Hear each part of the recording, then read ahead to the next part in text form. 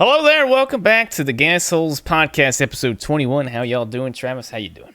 I'm doing good. I'm doing great. I'm doing wonderful. How'd that car race go for you? No, we're going to figure out how to fucking get that right. We're going to figure out how to keep that right front of the damn car.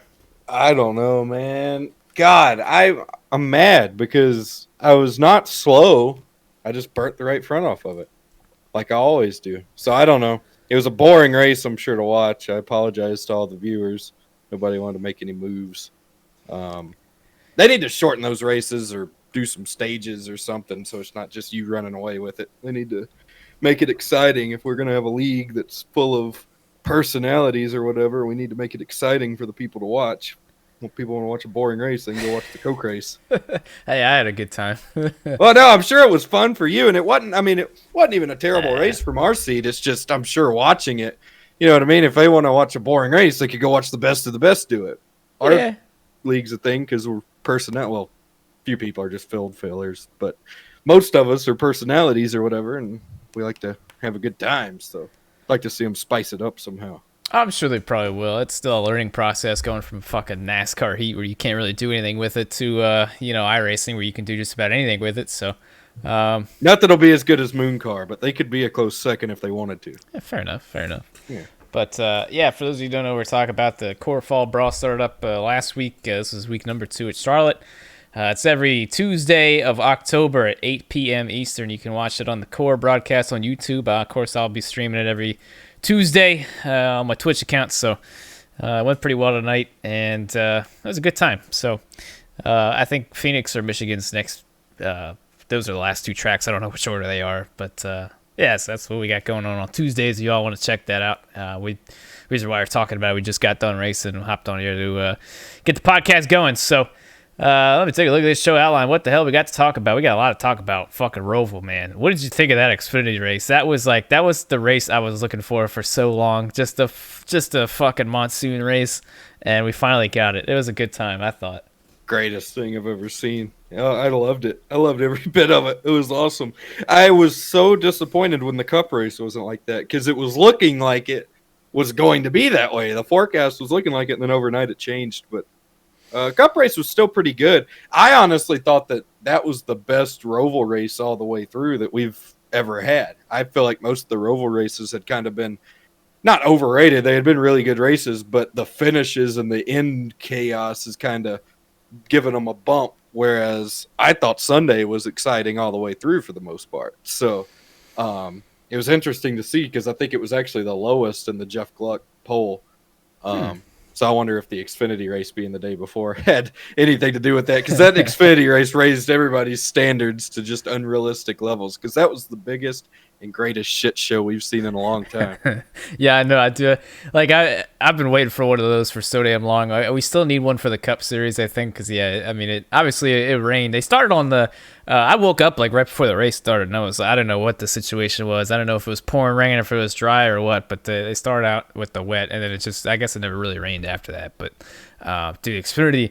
The thing with the Xfinity race, the only problem with it was that there was so much downtime just from the cautions and stuff like that, obviously. But yeah, I was seeing people were like, what, shaming people for enjoying the race? Like, for what?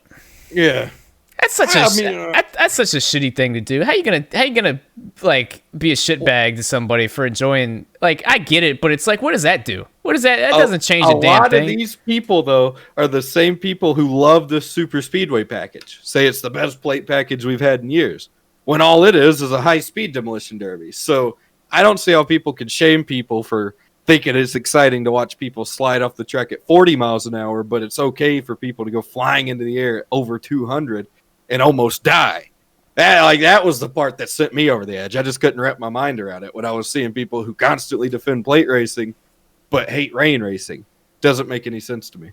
Yeah, I mean, obviously, it all can be dangerous, but I'm going to take a full wet race at a road course, especially the ROVAL, than probably a car fucking flipping into the catch Newman fence. Taking a car to the head. Yeah. Daytona, that's fine. That's just part of racing. They assume the risk. But somebody slides off into a tire barrier at 40 miles an hour in the rain. Oh, God. Yeah. Oh, God, it's the end of the world. I think that's just part of fucking 2020. Everybody's got to be upset at something. But it's like, I just don't understand it. I mean, that's cool if you don't like to watch it. Cool. Great. I had a great time. Because, like, How can you not?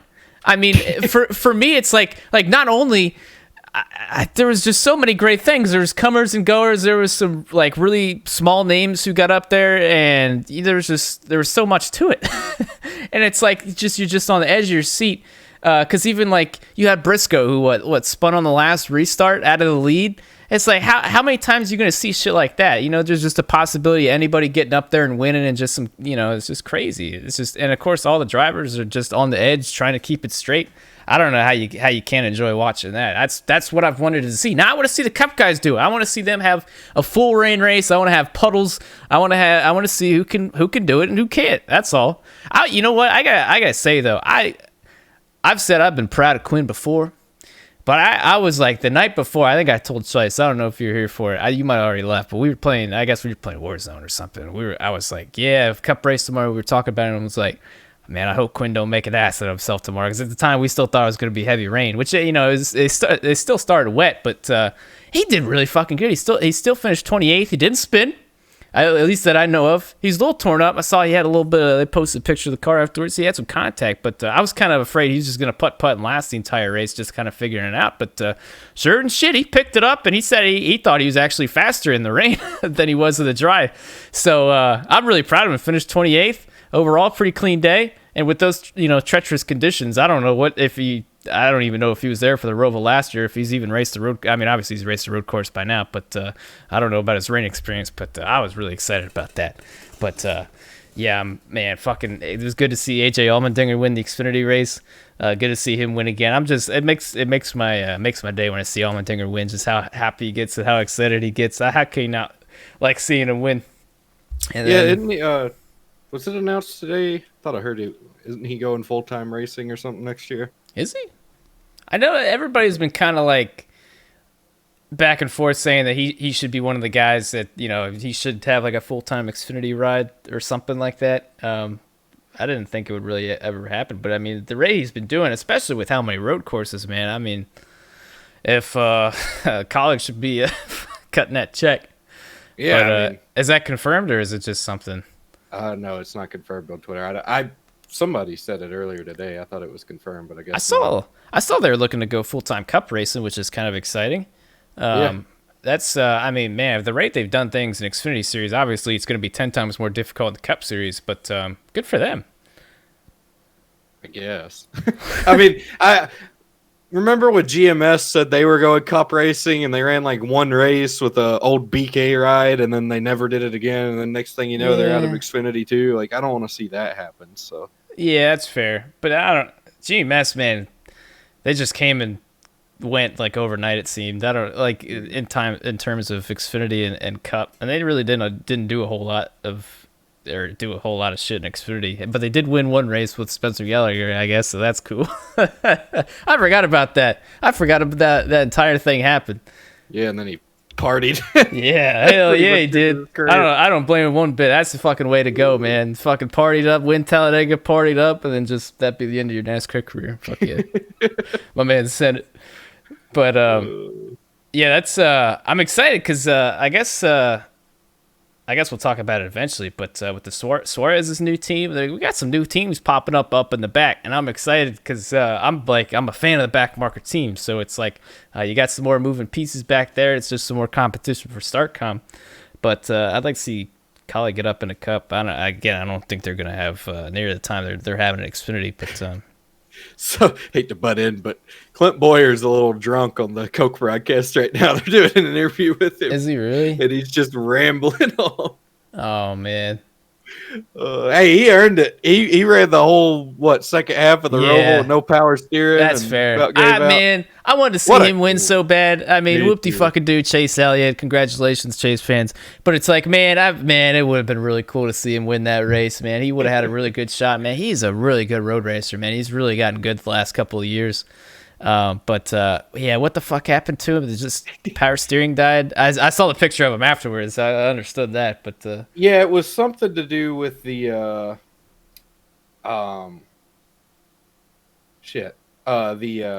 the power steering on the restart. There we go. I couldn't find the word. Oh, that's right. He got in the back of somebody. Yeah, I could. God, I had a brain part there. Happens to the best of us. Yeah, he ran into the back of somebody and somehow fucked up the power steering, and then that was pretty much the end of it. But he still finished like 10th. That was pretty good. And then on top of that, Alex Bowman mentioned that he had anxiety due to the points situation. And on the radio, he said something along the lines of, that's just anxiety, me talking. Regular Alex will be back in a minute. So Jim Utter, who is an asshole, I've said it many times before, tweeted, basically anytime he was updating Alex Bowman, he used hashtag #AnxietyAlex. And I didn't think anything of it when I saw it, but apparently that's offensive to some people with anxiety. And he has been getting ripped to absolute fucking shreds for the past 3 days. And it is great. It is the greatest thing I've ever seen. Because I just don't like the guy. I remember Portnoy pretty much drug him through the dirt at the beginning of the year because he made an unwarranted attack at Barstool. But this is even better because, I mean, this is everybody united. The NASCAR Twitter community has been divided for some time now, but everybody really came together on this one. It was a group effort. All the guys back at the shop did their jobs. And they just worked out great. Like, we all united. It was wonderful. And the thing was, I wasn't even that offended. Like, I guess I'm just the type of person, I look at like anxiety. I try not to use it as a crutch. I try not to let it like define me because I feel like to an extent, everybody suffers from it. Some worse than others. I've, been through my struggles, and I didn't think anything of it. If somebody said like anxiety Travis to me or whatever, I'd be like, yeah, you're probably right. But apparently some people at the same time, though, I'm also not one of these people who's just scrolling through Twitter looking for something to be mad about. It was your usual suspects, but then everybody else piled on like they do, and it was great. It was quite the time. I really enjoyed scrolling through his replies. He got ratioed like no one I've ever seen before in my life. He literally had one tweet that had 4 likes and like 300 replies and a couple hundred quote tweets. It was ridiculous. I mean, it was absolutely ridiculous. I'd delete my Twitter if I got ratioed that bad. This was next level shit. So he took the biggest L of the year. In some of my YouTube videos, I have this big giant stuffed poop I won at Dave & Buster's, and I awarded it to somebody. He won about 6 of them. Because, boy, howdy. That was bad. That was really bad. It's like getting your ass whooped in school in the lunchroom or something in front of everybody. He just got fucking stomped on by everybody in the lunchroom. Yeah, that's the thing. I don't really know much about him, but the one thing I do know about him is that nobody seems to really like him at all. He just seems like one of those I feel like I kind of consider myself an outsider on Twitter because it's like people do something stupid, and I don't really know a whole lot of these people or what they're about. But he's just one of those, like, he's in that group of like a handful of people that just is always in that negative kind of like always kind of stirring people up and just kind of always on that shitty side of Twitter. He's one of those. But I was like, I saw it and I saw people were shitting on him. I was like, that's not even really that funny to begin with. Like, what do you? I don't know what he's trying to get at. That's where I was offended because I don't know if he was trying to make a joke or if he was just saying, since he said regular Alex, it's like, okay, anxiety Alex. It wasn't funny, but I wasn't offended, if that makes sense. Now, I'm not easily offended, so I guess it's your right to be offended. You can be offended about anything you want. But it was stupid, really. I don't know. And he died on the hill. He put out an apology because they made him, but his apology was like, hey, I'm sorry y'all took it that way. It wasn't really even an apology. Yeah, it's usually how it fucking goes. All right, well. Yeah. I wanted to say one thing about the ROVAL. We had the greatest stage 1 and might be stage history. I'm gonna have to take a deep dive down all the stages that have happened. When the fuck did we get stage racing? What was it, like 2016? Something like that, yeah. Something like that. Anyways, whenever all the quit watching when people started saying they quit watching. I started firing up around there. Anyways, we had fucking Ty Dillon win his stage. Timmy Hill finished like 5th in the stage. It was like the coolest shit I've ever seen. What a fucking, that was like the stage one where they were transitioning from rain tires to dry. Ty Dillon made me eat my words. I was in the Discord race discussion chat. I was like, I don't know about that, Chief. It still looks like a lot of standing water out there. I don't know if he's gonna be able to get around with those slicks, but sure as shit, here he comes. He was really quick too, man. He had a great run. I don't know where he finished. Like, if I put it somewhere here in I hope he had a good result, because Ty Dillon doesn't get many of them. But what the hell happened to him? 23rd. That kind of stinks. But hey, at least he won a stage. 3-time stage winner now, Ty Dillon. How about that? Good for him. Hey, I'm happy for him. What a guy. What a guy. And he don't know what he's doing next year, so hopefully that turns some heads within the family. Oh, that's or whatever. right. Yeah, I forgot about that too. Oh, he's another. Yeah. Oh man, I wonder what the hell's gonna happen to him. Yeah. Does his family just hate him or something? Maybe. I don't know. I mean, Ty Dillon's had like the Dillons have had such a weird both like trajectories in their careers. Like Austin Dillon won everything coming up and then didn't win anything. Ty Dillon didn't really win anything except for a couple of truck races and one Xfinity race, right?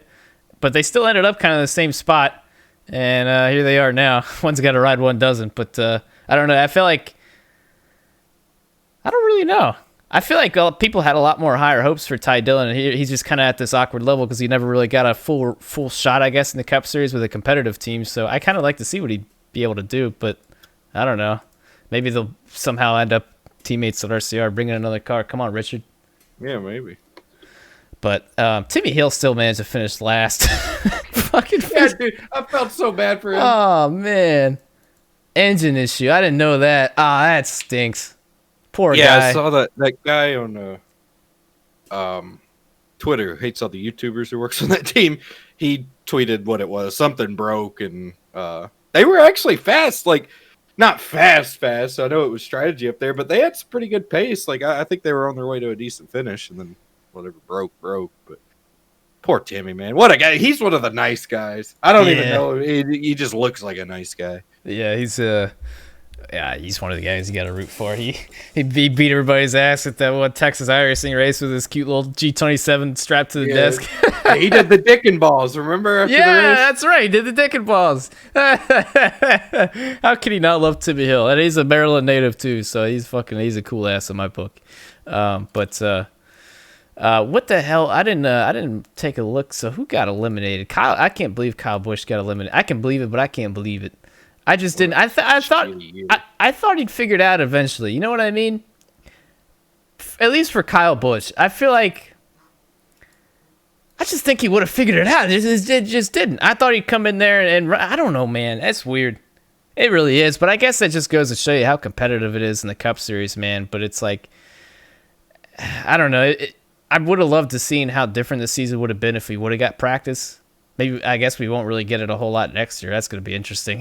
Man, poor Kyle Busch is gonna be pissed. I'm cool with it though, because like, I don't know. It just opens up another Final Four spot for somebody else because he's usually one of the guaranteed guys. I'm trying to look here. I had him make it to the round of 8, but he didn't quite make it that far. I also had Clint Boyer in the round of 8, and that win would have been the one. I remember some people roasting me over that one, but hey, it was looking good there for a minute. But yeah, didn't fucking make it. Let me pull it up on the. Here we go. So the 8 that actually did make it, Kurt Busch made the round of 8. I had him out of the first round, so good for him. Kevin Harvick, Hamlin, Keselowski, Chase Elliott, Logano, Truex, Bowman made the round of 8, and so did Kurt Busch. The last 2 there. My original round of 8 had Harvick, Hamlin, Keselowski. All right, we're good for for almost all of these. The only ones I missed, I didn't have Bowman. See, those are always the tricky ones, man, because you always got the guaranteed, Harvick, Hamlin, Logano, Truex. You should have stopped me from making mine the way I did. Mine looks like Stevie Wonder got into some finger paint. I don't know. I can't even fucking tell what half of it says. It's pretty fucking bad. You had Bowman in the round of 8? I'll wait till after Phoenix, and I'll tell you what it said. Okay, that's fair enough. Yeah, mine wasn't too terribly bad, but I'm pretty happy. My final 4 though still stands: Harvick, Hamlin, Logano, and Truex. And honestly, It looks like it's how. I mean, unless Chase Elliott shuffles it up, man, I think it's probably going to be about the same for it usually, except for Kyle Busch this year. That's Logano. Logano is usually like the pivot guy or somewhere around in there. He's like one of the few guys either in or out. Well, there you have it. So, F's in chat for Kyle Busch, Austin Dillon. Who else got eliminated? Clint Boyer, and then missing one. Was it Bill? No, it wasn't Bill. He got eliminated the round before. Blaney? Was it him? No, he got eliminated. Blaney was eliminated first round. Yeah. Well, who the fuck was it then? I don't fucking know. Was it Almirola? It was Almirola, wasn't it? Yeah, it was Almirola. That's who it was right there. Almirola. Okay, well. Eric Almirola. There you have it. All right, what the hell else we got? Yeah, that's right. Fucking Suarez. We talked about him. Did we talk about him? Yeah, remember, because he's drunk on the iRacing broadcast. Oh, yeah, I kind of zoned out when we started talking about that. You gave me a talk about going into my topics, and I didn't think you did you actually talk about him, like, retiring and going to the Cup Series broadcast? Well, no, that's not what I was even talking about. I figured everybody knew about that, since that was kind of last week's news. I was referring to him being a tough son of a bitch and finishing 10th with no power steering. Well, I was just going to say, I'm excited to see him in the booth because I think he's going to be our next generation Darrell Waltrip. We need the excitement. He's going to be great. And especially they need 3 guys in the Fox booth. That's going to be a good time. I'm excited for when Fox gets going back around. Yeah, Suarez team. All right. So I guess it's going to be kind of awkward if StarCom wants to start up their second team again now that 99's taken. So I don't know what the hell they're going to do. But Justin Marks started his own Cup team, which is kind of weird. Everybody kind of forgot about that. I guess nobody thought he was serious, but fucking here we go. Do we know anything about the team? He's a smart son of a bitch is what I know. He's a businessman. Like he's one of those guys who just has enough money to do cool shit. Like he climbs mountains in his spare time. Oh, neat. And basically he was talking about how the financial situations are aligning for them to be competitive when the next gen car comes out or whatever. So they want to jump on it now and get in there and start racing. So, well, that's good. That gives me. He said he had sponsors lined up and shit too. Ooh. So, I don't know that it'll be next great team. I'm sure everybody says that when they start out, but he's a pretty smart guy. I was gonna say you can't say that you're gonna be shit when you first start out, but I mean that's exciting though, because I mean, if financial things are lining up for them to be competitive jumping into it, then I would imagine some of the other smaller teams, hopefully things are looking good for them too. Obviously, new car kind of helps all the back market teams or the back half of the field to try to catch up anyways. But I'm just excited another team is in the mix. I don't know where exactly that puts us for cars on the grid, but and cars kind of looking into. I guess we'll have to get a lot closer to Daytona, and we'll see who. Yeah, everybody shows up, and then the uncharted teams, I guess. But I'm just happy Suarez got a spot. It's a fucking another team. What is that? 4 teams now? It is 4 teams. 4 teams in 5 years? Yeah. Jesus Christ. That's impressive, honestly. I mean, Suarez has got to be going to bed thankful every single night that he's hanging on for another year, I would imagine. You don't get 4 opportunities in the Cup Series, man. He's been pestered around more than my ex-girlfriend. He has gone everywhere. And hopefully he finds him a nice, consistent, solid home here, I hope.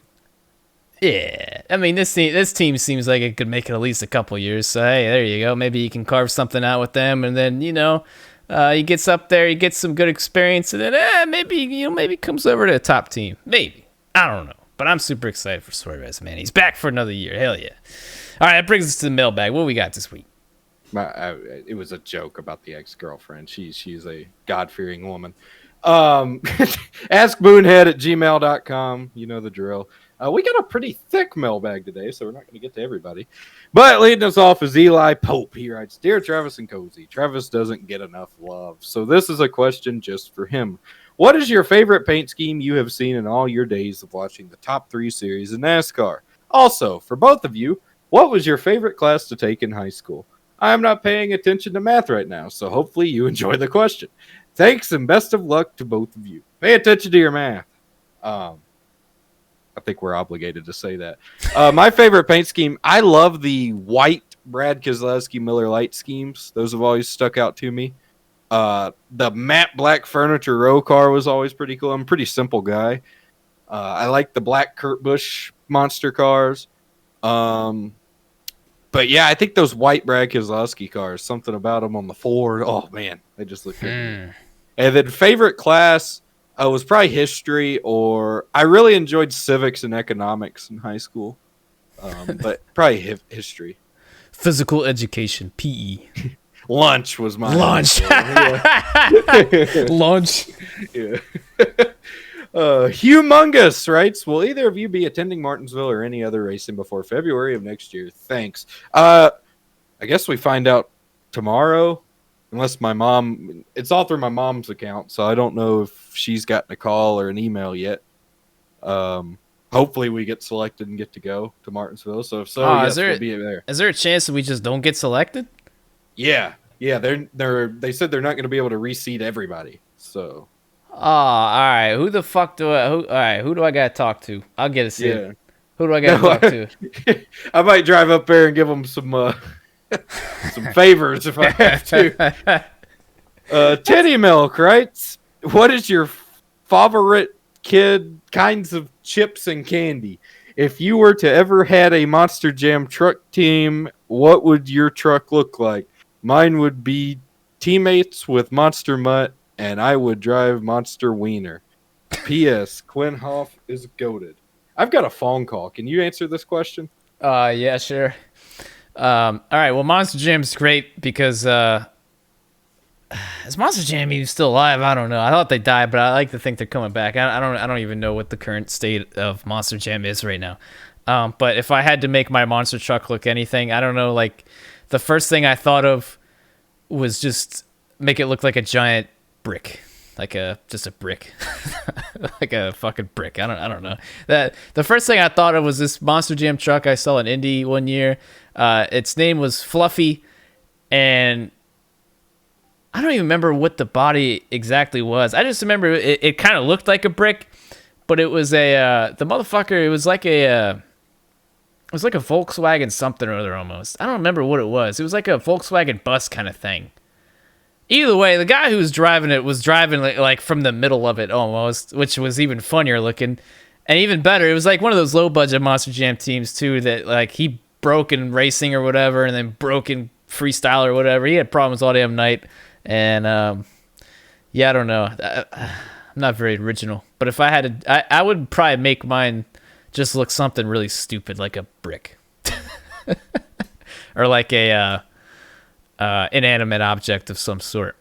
I don't. That's the thing. You're kind of limited to something of a rectangle shape. So if you're gonna be a monster truck body, I'm really trying to fill time here. I don't know. I hope this isn't an important phone call. I don't remember what the hell else the rest of the question was. To be 100% honest with you, I heard something about chips and soda or something. I like chips. I was talking about anybody remember I was talking about this on stream tonight. Anybody remember the Doritos Burger King, or not, they weren't Burger King, but they were cheeseburger chips. They tasted just like a cheeseburger, really. It was so weird. I don't know why they got rid of them. They were really good. You could taste the cheese, you could taste the pickles, you could taste the it was really weird. Damn, you had to go off on a real tangent, didn't you? Yeah. I love about monster trucks and you're talking about cheese and pickles. Jared Bailey writes, hey Travis and Cozy, over the summer I've become huge fans of the both of you and the podcast. Love the content. I know you guys like non-racing related questions, so I tasked myself with thinking of the most random one I could. Ooh. On that note, what are your guys' favorite restaurant chains to get a burger at? The first of many stupid questions. Sincerely, Jared. Waffle House. I love going to Waffle House, getting me a double cheeseburger with some hash browns. Longhorn Steakhouse has a really good burger. Oh. But Waffle House is probably my most frequent, if we want to call that a chain.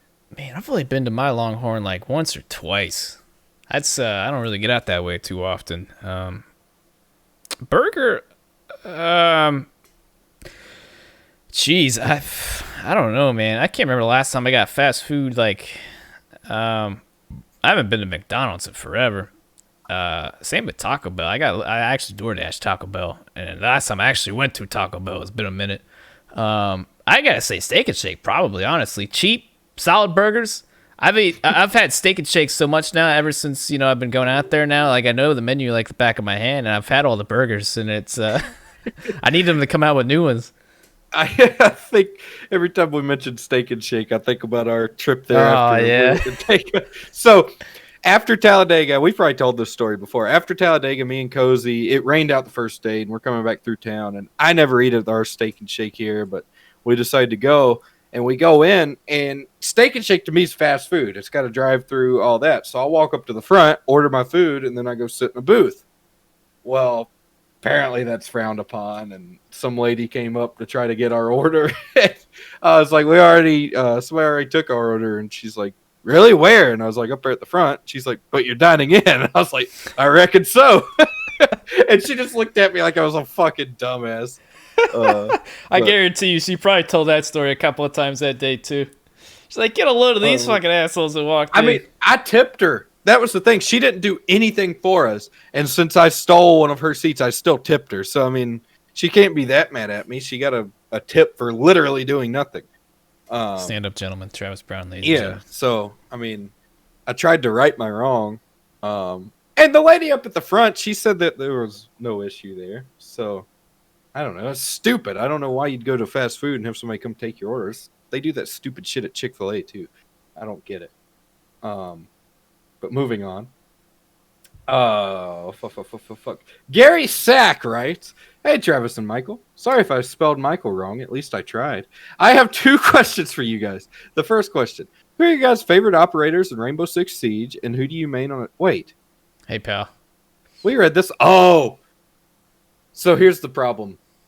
I marked that one as unread last week somehow, and he sent another one after the fact. So it's one of those thread things.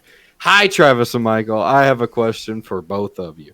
What is the farthest away track that you've gone to, and when are you coming to a Michigan race? Also, Travis, how do I apply for Moonsport?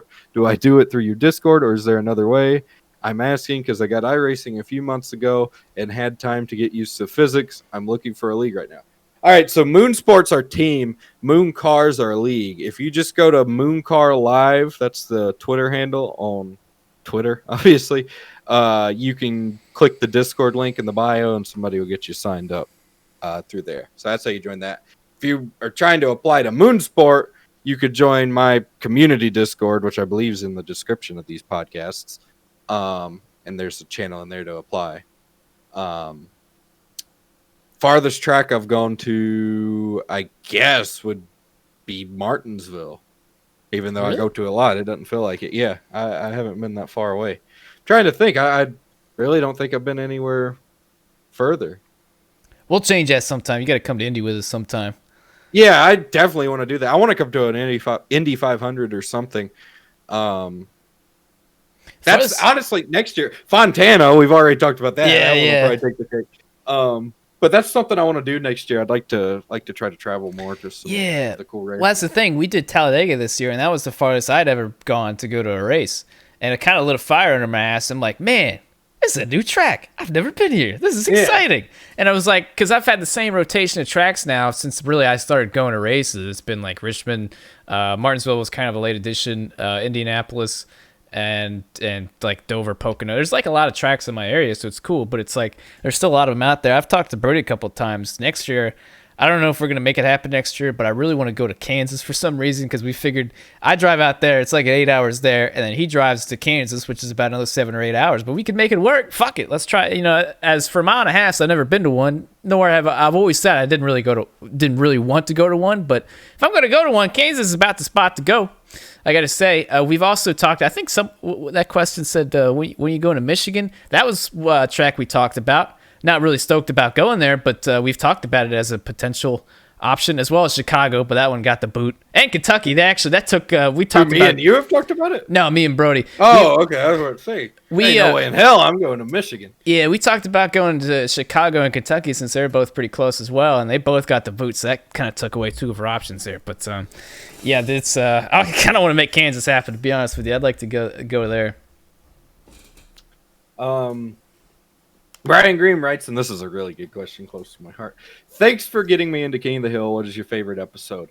I think my favorite episode. Are you still watching King of the Hill? Yeah, I am. I'm very slow, but yeah, I'm getting there. I'm having a good time with it. My favorite one is probably, I think it's called a firefighting we go or something. They become volunteer firefighters. It's one of the earlier seasons. That one's pretty good. Order of the Straight Arrow is pretty good. Um, oh man, I forget what it's called, but there's like a 2-part series where somebody gets killed and Hank's a suspect. It's a whole like murder mystery, King of the Hill thing, 2 parts. Really, really good stuff. Um, but yeah, I'd say the firefighting one's my favorite. Do you have a favorite one yet? No, I'm not quite there yet to have a favorite one, but I'm getting there. I'm still pretty early on in my first viewing, but no, it's a really good show. It's got me going every time something happens. Is there a yeah? Is there like a moment that stood out to you? The one thing I have noticed, I've caught up on a lot of the memes and seeing like how they played into the show themselves. Yeah. Like where he's like watering something and he holds it up to his head and he pretends to shoot it like a gun, but it's just Yeah. I noticed that and I was like, hey, I know that meme, Yeah. Or that Wait till you get to the bill. I'm just up here to kill myself. Yeah, dude, I'm gonna fall out of a chair laughing when I get there. There's I'm not going to spoil it, but Bill has some of the best moments. Matt F. writes, hey, Travis and Cozy. When and where did you guys meet each other for the first time in real life? What were your first words to each other? P.S. Happy birthday, Spanky. He weighs more than me. We're getting all intimate now. Yeah. We met each other in a Speedway gas station parking lot in Ridgeway, Virginia, and Cozy's first words to me were, hey, Tubby. Oh, that's funny because I don't remember that. Yeah. I remembered it, trust me. I didn't mean to flame you up like that. I'm sorry. Yeah, that was literally first words I gave out. Hey, Tubby. Oh, man. It's because you're walking at me with that big-ass head of yours. Yeah. That was back, like, when my head was almost rounder. Somehow, believe it or not, my head was almost rounder at that time. Because remember, that's where the Moonhead picture came from. Damn, Moonhead. I kind of proportioned out later in life, but yeah, because we were young. We were like, that was 2016. Yeah. So yeah, that was it. Eli Swindle writes, this question is more for Cozy, but Travis, feel free to chime in if you want. Does playing video games, specifically racing related games for a living, take the fun out of them? I was actually curious about this. I don't think I've ever asked you that. Does it take the fun out of it? Yeah. It's a good question, actually. Nobody seems to really give a shit, to be honest with you. So I appreciate somebody asked. It depends. For F1, it kind of does because there's always pressure to get out a new video, and it takes incredibly long, not only to like be competitive and be good and. For that, it takes practice, and there's so much, it's like every time I sit down and record F1, it always takes 2+ hours just to sit down and record it because, you start off, you do all this shit. So it kind of takes the fun away from that, from just like normally if I wasn't doing all this shit, I would just play the game whenever the fuck I want, however the fuck I want. Unfortunately, if you don't do this a certain way, you don't do this, I'd probably have the driving line on every episode, but I can't do that because everybody, roasts me or whatever this, it doesn't count if you use the line, stuff like that. Especially F1 because people are very cunty about it and they're very picky. And if you don't do this right, or if, they always compare it like, oh, if you would have tried that in real life, you would be banned or this and that, and you can't block or this and that. People are really cunty about the F1 series, and it kind of pisses me off. So it takes the fun away a little bit in F1. NASCAR Heat, I think it almost adds more fun to it because, let's be honest, I probably would never play it. So this way I get to play it and I get to have fun with it because like I try to spin it and twist it and just see how creative I could be with it and stuff like that. So yeah, it's a back and forth really. It just kind of depends what I do. But yeah, it's a good question. I like that. It was a really good question. All right, this is probably one of the best questions we've ever gotten coming up right here. Uh-oh. Taking dumps in public places. I was actually screening it during your last question. What's up, fellas? It's from Brian Callahan. All right. Dude. Oh, yeah, good dude. What's up, fellas? Longtime follower of both of y'all, and proud to see how far you guys have come over the years. Now for a funny, non-racing related topic that hopefully gets some laughs. I used to be someone who'd only take shits at home, but eventually I got tired of holding it while I was out and about. There's a store about 10 minutes from my school called Jungle Gyms. It's a huge grocery store that has literally everything, some pics attached, and he actually attached pictures to the email, first for the mailbag. Wow. And their bathrooms are like porta potties from the outside, but the inside is a nice ass bathroom. It's weird, but I'd drive out of my way between classes to drop the kids off at the pool just because of how nice their bathrooms were. Do you guys have a favorite spot to poo at in public, or do you guys just go wherever? Also, if for some odd reasons you guys ever get a wild hair up your ass to visit Cincinnati, I'll gladly give you a tour of Jungle Gyms. Would be a great time. Fellow shitter, Brian Callahan. So me and Brian are a lot alike. I've just found out from him being in my chat and in my Discord. And this furthers that. Because I'm the same way. I used to really only shit at home. Then I got to where I was comfortable doing it at school. But I agree. When I got to high school and could drive, and when I would do my morning at like the college and career academy and then have to drive to my high school midday, if I got the shits around that time, Jack's. There's a Jack's right up the road from my school over near where I live. And they kept their bathroom spotless. And it was easy to get in, easy to get out. Great flushing power, quality toilet paper. You weren't going to stick a finger up your ass using it. It wasn't like a lot of these fast food places and schools. Oh my God. Our schools had that John Wayne toilet paper who was rough, tough, and didn't take shit off anyone. It was no fun to shit at school. Toilets were nasty. Jack's was great. And man, I had some blowouts in the Jack's. My senior year of high school, though, every time I'd go to math class, I'd have to shit. So I think they thought I had something wrong with me because I'd just like get up and walk out and be gone for like 30 minutes because I'd have the screaming shits every other day because my math class was only every other day. At the same time, I'd have to go in there and I'd just fucking shit my intestines out. You see, I'm the opposite. I really like, unless it's I mean, I see I have a lot of stomach problems for one reason or the other. So I just usually wherever if I got shit, close the toilet, I don't really give a shit.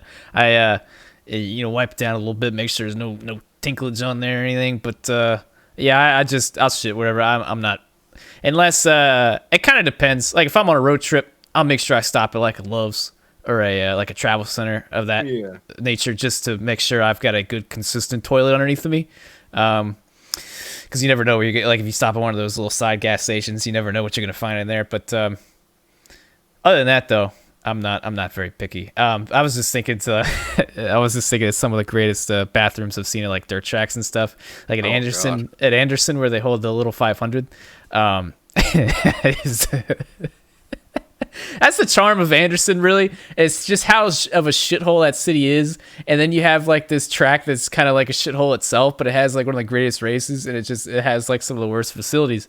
The bathroom in there, when you walk in, it's they have a little building, but the outside it's basically, it has 3 walls and it has a door in the front, and it's basically just this gutter that goes around, and it's outside too, so it's like you just piss in this gutter really and in this big like square opening, and then they have like this this little building to the side where they have 2 potties. I don't think any of them have doors. It's a rough time, it really is. I'd probably hold my shit there. I probably wouldn't shit at that facility, but or I'd probably go somewhere else. I'd probably go to the strip club across the fucking see if they have one open. But so I don't know if I'd want to shit at a strip club, to be honest. What's worth, Anderson Speedway or fucking strip club? I'd probably go to the titty bar, I guess. But I was on my way to a Shooter Jennings concert in Huntsville, Alabama, and I got the collywobbles going down just a 2-lane highway. And I ended up in, I don't even know how to say the town. I think it's like Hennigar or something, Alabama. It's pretty far away from me. Middle of fucking nowhere. And I just happened to see a McDonald's.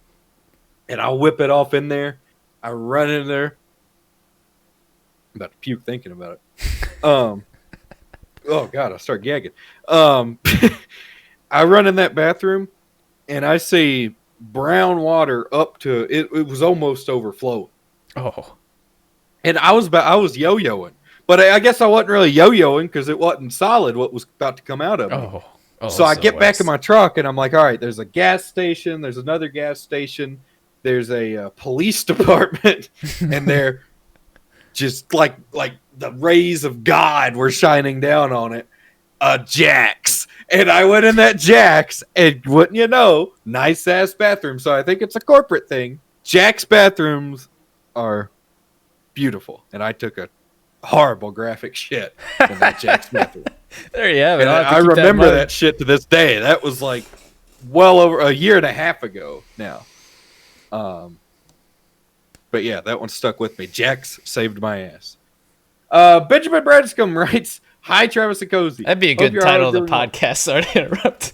How Jack saved my ass." Yeah, Jack saved my ass. Yeah, we'll do that. Hope you're all doing well and staying safe. I wanted to email and ask some advice on about iRacing. Hold on. If you ever go on to do anything successful in life and you you create a book, can you please call it How Jack Saved My Ass? I might just write a book now, just How Jack Saved My Ass. Your guide to shitting on the road. Oh, that's a really good idea. You could rate every bathroom situation in all these chains. That's a great idea. Can somebody... So I've actually had this conversation with people before. Somebody maybe, I'm sure we've got some nerds who listen to our podcast. Sorry, I don't know how else to put it. How could I go about getting a book published? Because I think I could hit the New York Times bestseller list with that one. So maybe somebody can... we can figure it out, I'm sure. Yeah, we'll get that thing published. I'll pose for the cover and everything. All right, Benjamin's question. Hope you're all doing well and staying safe. One email and ask for some advice on/about iRacing.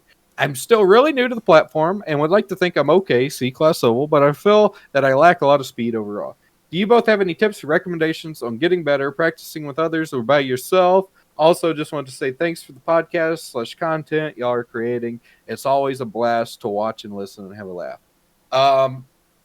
Thanks for the kind words. Cozy's probably the one to ask. Me personally, I would tell you to join a league of some sort, because typically a league will give you more experience racing around a wider spread of people and various driving styles, whereas official, if you're just starting out, you're just going to be racing other shitty people. You're not really going to learn anything from them. They're not going to learn anything from you, and you're probably not going to make any friends. You go into a league, you might make some friends. Even if you suck and your friend sucks, you'll get better together, getting your ass kicked by some of the faster guys in the league. So that would be my advice. I don't know about Cozy. Really just playing the game more. I mean, anything you do, if you keep doing it, you're more than likely going to get better at it as you go. If you don't, pick up a new hobby because you're doing something wrong. But for the most part, I'd say join a league would probably be my advice to you. Yeah, it's all about reps, man. It's all about reps. Just practice. I know that's what everybody says, but it's true, though. It really is. I mean, there's a lot of resources out there. There's VRS where you can get setups from there and telemetry and stuff. You got to pay. I think they have a free version, right? They do, but I wouldn't even. I'm not gonna say it's a waste of money because it does help people, but I wouldn't even go that route. I feel like that route is for when you've been doing it for a while and you feel like you've reached your full potential or whatever. Yeah, you can use their setups or whatever, but as far as learning, I would just figure out what works for you and then turn to something like that. Yeah, well, I was going to say, I mean, that's one of the few options.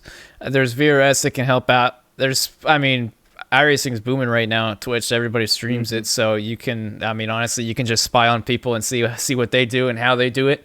That's something Justice is really good at. Derek Justice, he's good about explaining what he's doing. Yeah, he's a good follow. People. This week, since it was ROVAL week for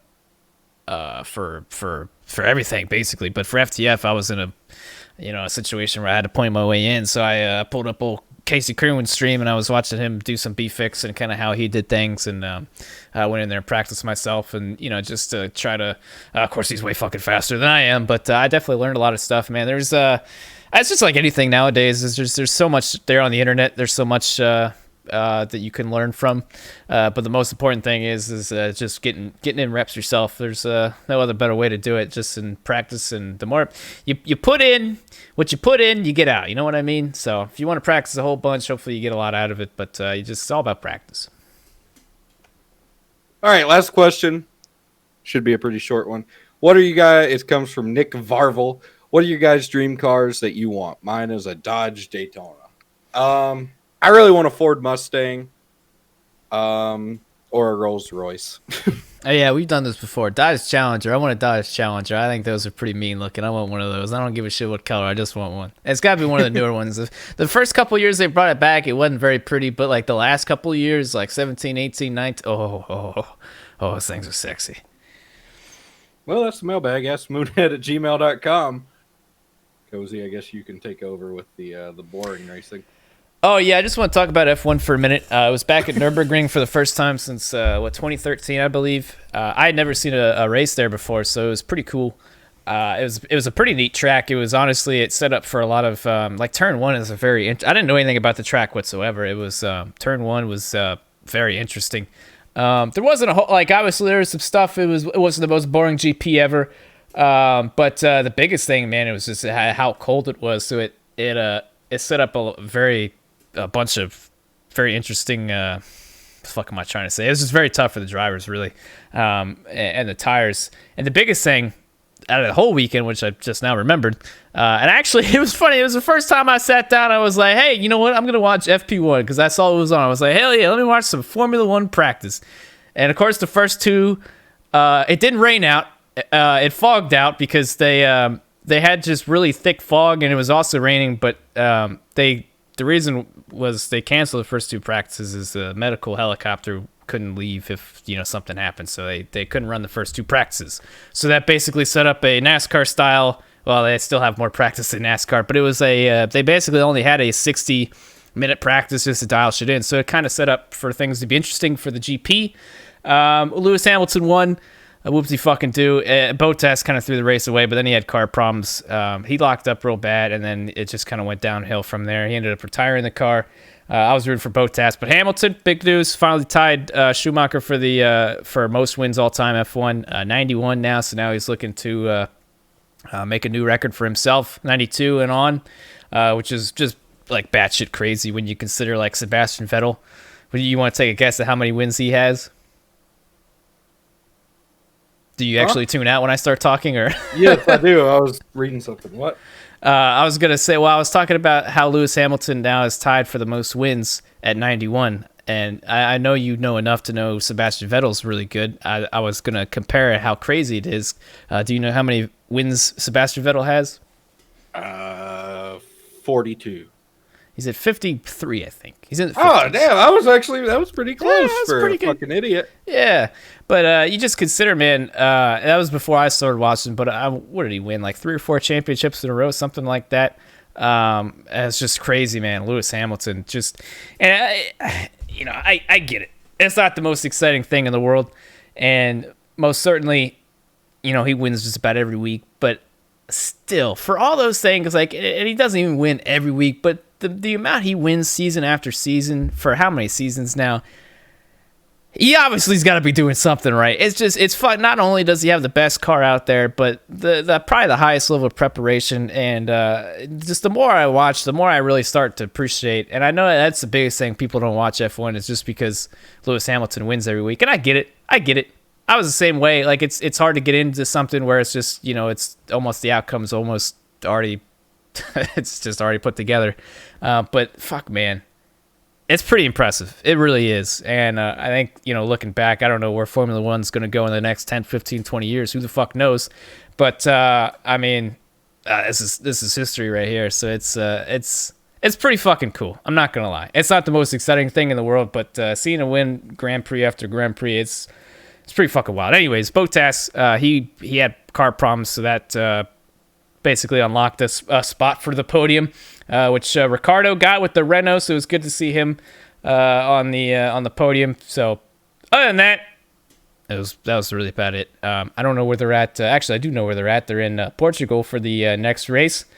Round number 12, October 23rd to 25th. So, yeah, damn, got a week off. Heck. But still a handful of races left. Turkey, they have a doubleheader in Bahrain, which I'm really excited. It's a back-to-back week, I guess. Geez, that takes it all the way into December. And that's, I I don't know if you know anything about this, Travis, but they're you'll laugh at it. I wonder if I can copy this and put it just so you know what the fuck I'm talking about. I'm going to put it in general. So right. F1 is having their what they call kind of their first oval race. Not really, but that's kind of what they're comparing it to. If you scroll down to that link and you look at the last row of scheduled races and you see Bahrain twice, that's the oval, the second one. Which for F1, yeah, kind of. They basically have like 1-2 turns, and then it's just like that. It's just a different format of the Bahrain circuit they have. The first one's the full one, which has a lot of extra stuff.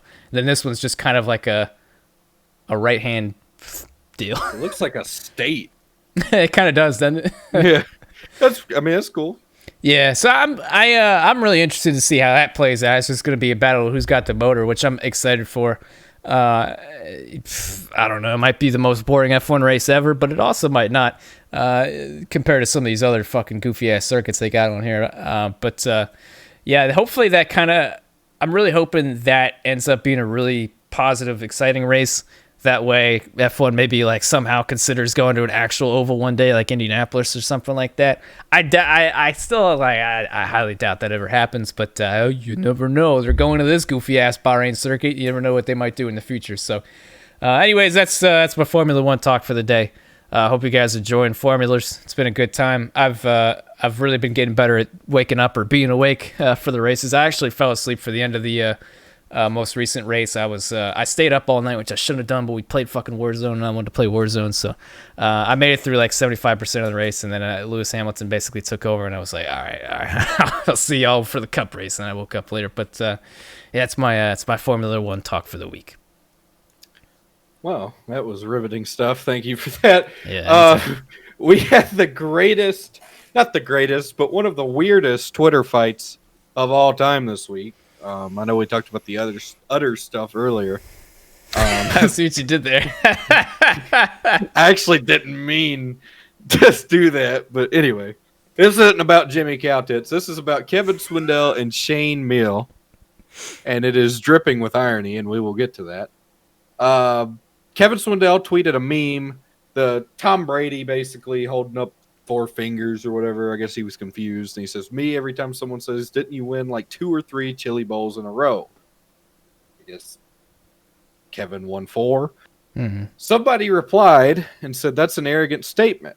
So Shane Mill quoted that tweet. I did read this, yeah. Arrogant or not, it's true. You never won shit else, but you were good at the Chili Bowl Nationals. Well, I think Swindell thought that Meal was talking about him, so he says, nah, just a night before the 500, Knoxville Midget Nationals, Western World, Louis Vermeil's, World of Outlaw race at 17, All-Star, ASCS, Arc on Dirt and Pavement, Capitini Classic, all part-time chasing stock car deals before I was 23. But you right, never won shit. Dumbass. Well, Shane Mill from the top rope says, I was joking, you crippled fuck. I was sticking up for you, but like no one else had stood up for you, I should have kept quiet. I'm sure your mom packed your helmet bag for all those because you were and still are such a bitch. Get off your mama's titty. Damn! So, people put the Spider-Man pointing at each other meme to this because Kevin Swindell was paralyzed for a period of time after a crash. Shane Mill obviously was paralyzed. So Shane Mill calling him a crippled fuck was kind of a weird move, wouldn't you say? Yeah, fair enough. So the memes were flowing. But yeah, that was one of the weirdest things I think I've ever seen on Twitter. That was not the one I expected to see. But it deserved attention. So there you have it. Here's the attention. Yeah, I was about to say, I read that. I was like, what the fuck am I reading, man? I just couldn't believe when I saw you crippled fuck. I was like, what the hell? And immediately, first thing I saw was the Spider-Mans pointing at each other. Somebody replied with that or quote tweeted it with that. And I'm not gonna meme that. I draw the line somewhere, but some people were memeing it. It was pretty funny. But yeah, I guess we need to do our Kansas picks before we get in trouble with that one. Yeah, I was gonna say Jensen Button posted on Twitter that he's got an announcement coming up. I would imagine that's the Superstar Racing IROC Tony Stewart thing, because he was one of the drivers that they were following. So I'm just kind of gonna go ahead and assume that's probably what that is. They said they have another couple of drivers that they're gonna announce soon. I was just going through their following list because it has grown a little bit now. I see Bill Elliott's on there now. As well as a couple more modern names like Chase Elliott, Harvick, Kyle Busch. I don't know if that's all gonna happen or not, but just kind of taking a look. But I would assume that's probably what that is at a Button. But that'd be pretty interesting. By the way, yeah, Kansas picks. I thought Texas was this week. No, it's Kansas. You sure? Oh, is it Texas? I hope not. No, why would all the iRacing stuff be at Kansas? Well, that's what I'm saying. One of the drivers, I swear to God, said it was Texas coming up. And I was like, damn. Like, they were interviewing him. They're like, yeah, we'll see you next week at Texas or something like that. Hold on, let me pull it up. I'm 99% sure it's Kansas. Yeah, I would assume it is. Yeah, it is. Who the fuck said Texas? Somebody get them a schedule. But yeah. I guess Texas is after that, though, isn't it? Unfortunately. Fuck yeah, it is. All right, well. All right, you pick first then. Shit. Oh, I'd like to point out I predicted correctly. Bold fucking prediction, I know, but Chase Elliott, thank you very much. That was the easiest pick I made all season. I think I'm like 2 for how long we've been doing these. I'm going to go with Matt DiBenedetto. Oh. Do you have anything? Any reason why? I've been picking weird people. Remember, I picked James Davison last week, and that didn't go well. Yeah, it didn't get enough rain for that one. That was tough. I wanted to see him win, but it just this guy didn't want to see it. I'm gonna pick. Do I go Chase Elliott again? I can't. I don't see him winning two in a row. Although he's very good at Kansas and he's won there before. I'm gonna take Kevin Harvick, but another bold fucking prediction. But man, he's just so unstoppable, man. Especially on those kinds of 1.5 2 mile tracks, man. I don't know. I'm sure Chase Elliott will be strong. Maybe Tyler Reddick up there running the top. I don't know. It's one of the few tracks you can still kind of do that, I guess. You kind of run everywhere. Kansas, once again, is it a night race? Do you know? I don't know. I mean, it shouldn't be, but I think something makes me think it is. It's not. It starts at 2:30. So. God damn it. Yeah, depending on how long it takes, maybe they'll end up there. Hopefully, maybe somebody tears up a tire wall or something. It takes them an hour to put it back together or something. I don't know. Maybe it'll end it in the night. But yeah, all right. Well, it might suck. It might not. But who'd I pick? Yeah, I'm taking Kevin Harvick. Well, there you go. Let us know your picks for this week at Kansas. And this is, at least, the bright side of it. This is like, if Kansas sucks, Texas will suck. And then we'll be there for Martinsville, hopefully, if it happens. But this is where shit gets real for the NASCAR, like, playoffs. Like, round 8, that's when it gets really tricky because everybody who's left is really fucking fast. So we'll probably have some sort of drama one way or another. Somebody will have problems and it'll shake shit up. So I'm looking forward to it. You got anything else you want to say? No. All right. Well, there you have it. Thanks, everybody, listening to this week's Gas Holes. It was a good time, as always. We'll be back next Wednesday, 10 a.m. Eastern. Be there, be there, be there. And once again, we appreciate y'all, and we'll catch y'all next Wednesday.